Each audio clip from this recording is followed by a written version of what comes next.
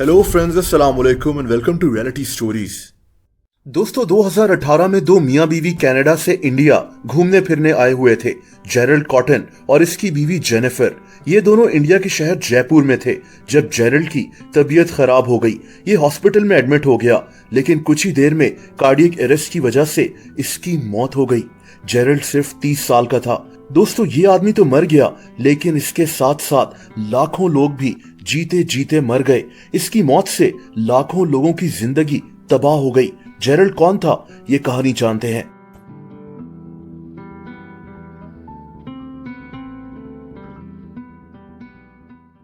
दोस्तों, Gerald Canada से था। ये बहुत यंग एज में कारोबार करना शुरू हो गया था। कहते हैं कि ये ऐसा था कि लोगों को इस पर भरोसा हो जाता था। ये आदमी इतना तेज था, ये लोगों से पैसे लेता और उनको हर महीने बहुत ज्यादा प्रॉफिट देने का वादा करता। इसने ऐसी कई स्कीम्स शुरू की थी, लेकिन इसकी जिंदगी 2013 में तब्दील हो गई। 2013 में जेरल्ड ने एक कंपनी शुरू की। इसका नाम क्वाड्रिगा था। ये एक क्रिप्टो करेंसी एक्सचेंज कंपनी थी।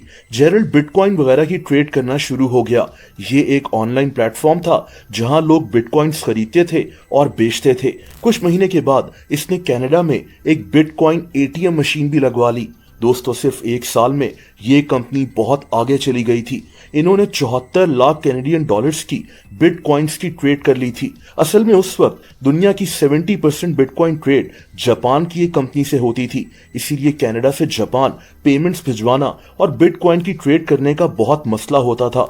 कैनेडियन बैंक्स बिटकॉइन से दूर भागते थे। कनाडा में बिटकॉइन खरीदना आसान नहीं था और इसी चीज का जेरल्ड ने फायदा उठाया। उस वक्त इस कंपनी का कोई ऑफिस नहीं था, यहाँ कोई काम नहीं करता था, इनके कोई बैंक अकाउंट्स नहीं थे।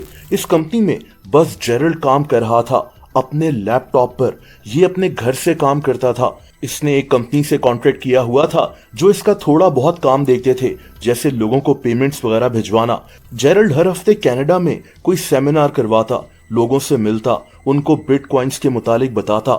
लाखों लोग इस पर ट्रस्ट करना शुरू हो गए। अब जेरल्ड ने अपनी कंपनी में लोगों को भी हायर करना शुरू कर लिया।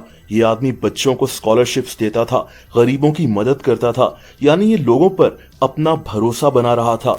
2017 में बिटकॉइन की कीमत $20,000 तक पहुंच गई। ये कंपनी 2 अरब डॉलर्स की ट्रेड कर चुकी थी। कई लाख लोग अब इस कंपनी में इन्वेस्ट कर चुके थे। जेरल्ड कॉटन की कंपनी क्वाड्रिगा कनाडा की सबसे बड़ी क्रिप्टो करेंसी एक्सचेंज कंपनी बन गई थी। दोस्तों, ये वो वक्त था जब जेरल्ड क्वाड्रिगा का अकेला डायरेक्टर था। इसके दूसरे डायरेक्टर्स ने रिजाइन कर दिया था। इस कंपनी में अब फिर से कोई मुलाजिम नहीं था। इसके कोई ऑफिसेस नहीं थे, कोई बैंक अकाउंट्स नहीं थे। ये एक ऑनलाइन प्लेटफॉर्म था जिसका बादशाह बस जेरल्ड कॉटन था और इसी वजह से जेरल्ड को बहुत मसले भी हो रहे थे। इसने एक कंपनी हायर की हुई थी जो इसके अकाउंट्स और पेमेंट्स वगैरह देखती थी, लेकिन जेरल्ड के लिए ये काम अकेले करना मुश्किल हो रहा था। 2017 में किसी एरर की वजह से इस कंपनी का 1 करोड़ 40 लाख डॉलर्स का नुकसान हो गया था और यहीं से इस कंपनी का डाउनफॉल शुरू हो गया। 2018 में बिटकॉइन की प्राइस क्रैश कर गई। जिन लोगों ने इस कंपनी में इन्वेस्ट किया हुआ था उनके लिए पैसे निकलवाने का भी मसला हो रहा था, लेकिन फिर एक दिन सब कुछ खत्म हो गया। लाखों लोग अपनी जिंदगी भर की जमा पूंजी लुटा बैठे। दोस्तों, इसी जगह से ये वीडियो शुरू हुई थी। जेरल्ड अपनी बीवी के साथ इंडिया में था जहां इसकी मौत हो गई। इस वक्त इस कंपनी के 1,15,000 कस्टमर्स थे, यानी जेरल्ड ने 1 लाख से ज्यादा लोगों के पैसे देने थे, जो 190 मिलियन डॉलर्स बनते थे, यानी 19 करोड़ डॉलर्स। लेकिन अब जेरल्ड मर चुका था और यही मसला था।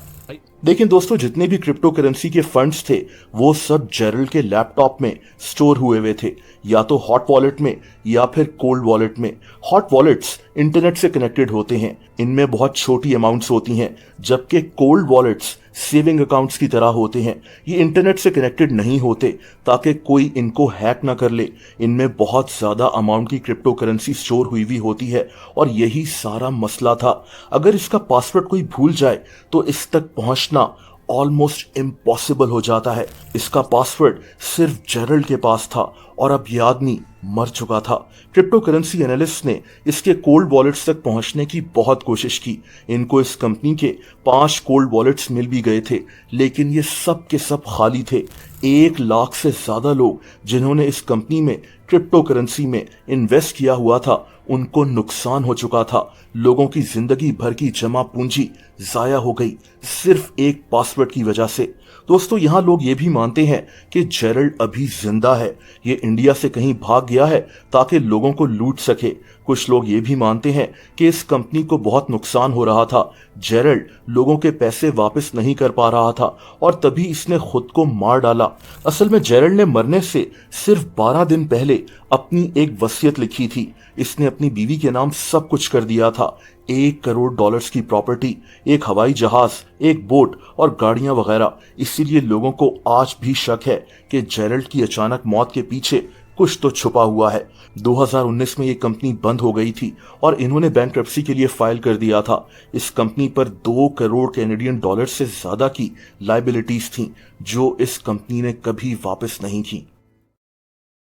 दोस्तों, अगर आप मुझे इंस्टाग्राम पर फॉलो करना चाहें तो उसका लिंक नीचे डिस्क्रिप्शन में मौजूद है।